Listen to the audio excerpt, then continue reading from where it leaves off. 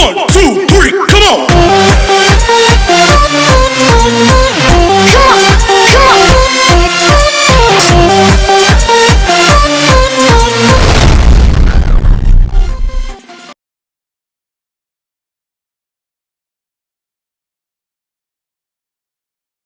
Assalamualaikum warahmatullahi wabarakatuh.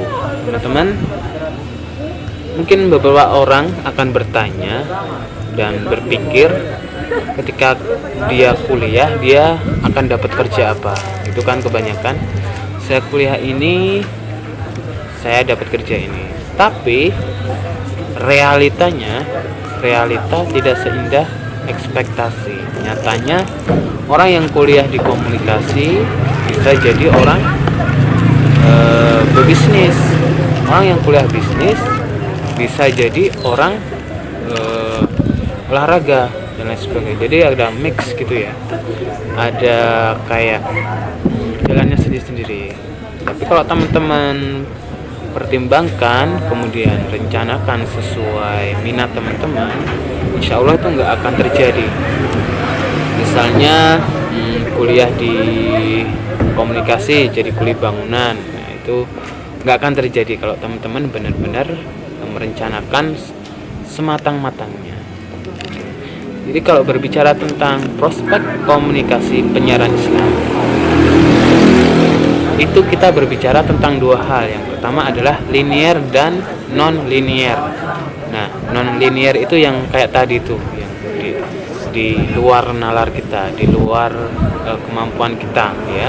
Tapi kalau linear itu bisa kita tebak, dan itu memang udah diajarkan di perkuliahan sebelumnya. Seperti ya, tadi kan ada penjurusan tuh, jurnalistik, broadcasting ya. Kalau jurnalistik biasanya jadi wartawan, kemudian fotografer, penulis, redaksi ya. Kemudian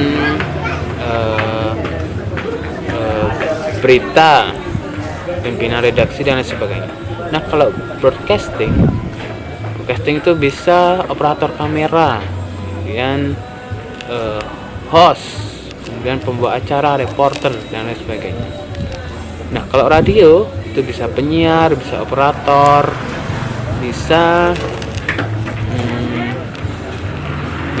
sebagai host juga, penyiar radio ya. Oke. Nah, itu linearnya. Kalau non linear seperti apa? Non linear ini biasanya teman-teman kuliah tapi minatnya agak beda. Keuntungannya seperti apa? Jadi ilmu komunikasi kan ilmu yang umum ya, dan itu bisa masuk ke semua lini, ke semua bidang. Jadi ada orang yang dia memang pekerjaannya itu sebagai pebisnis, karena mungkin dia mempelajari tentang komunikasi bisnis. Makanya ada orang lulusan KPI, dia punya media online, dia punya channel YouTube yang rame, kemudian dia punya bisnis tentang media, koran dan lain sebagainya. Itu ada juga lulusan komunikasi yang dia punya bisnis, misalnya produk A, misalnya produk kecantikan atau produk ketampanan dan lain sebagainya.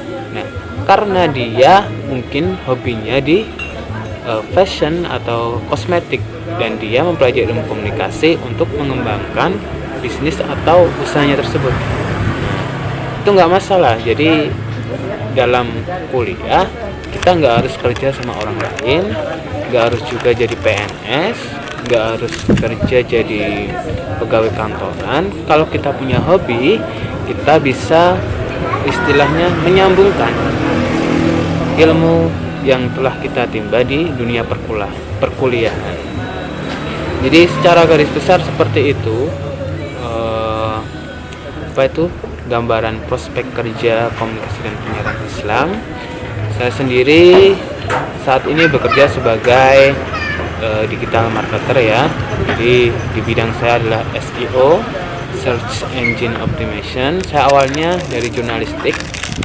Jadi dulu saya gemarnya nulis artikel opini di koran, kemudian di media online. Kemudian lama-lama saya tahu bahwa ini perkembangan menuju ke online semua. Jadi saya kursus private tentang dunia online selama 1 tahun, dan setelah itu saya membuka usaha sendiri ya. Jadi selama ini saya buka bisnis tentang pembuatan website. Di website itu kan banyak banget di dalamnya. Ada artikelnya, ada artikel berita, ada artikel produk, ada artikel viral ya. Kemudian di dalamnya juga ada foto kontennya masuk, ada foto terkait produk tersebut, ada foto terkait pemandangan ya. Kemudian ada juga konten video. Nah, jadi kalau saya garis bawahi bahwa komunikasi dan penyiaran Islam itu titik fokus atau titik garis merahnya itu ada di bagian konten. Bagaimana mengelola sebuah konten, artikel, foto, video itu lebih menarik dan nantinya bisa di-sharekan untuk khalayak umum. Nah, mungkin seperti itu gambaran prospek kerja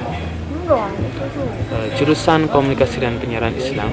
Mudah-mudahan ini membantu, dan jika teman-teman ada pertanyaan tentang prospek kerja atau terkait hal-hal lainnya bisa berikan di kolom komentar. Assalamualaikum warahmatullahi wabarakatuh.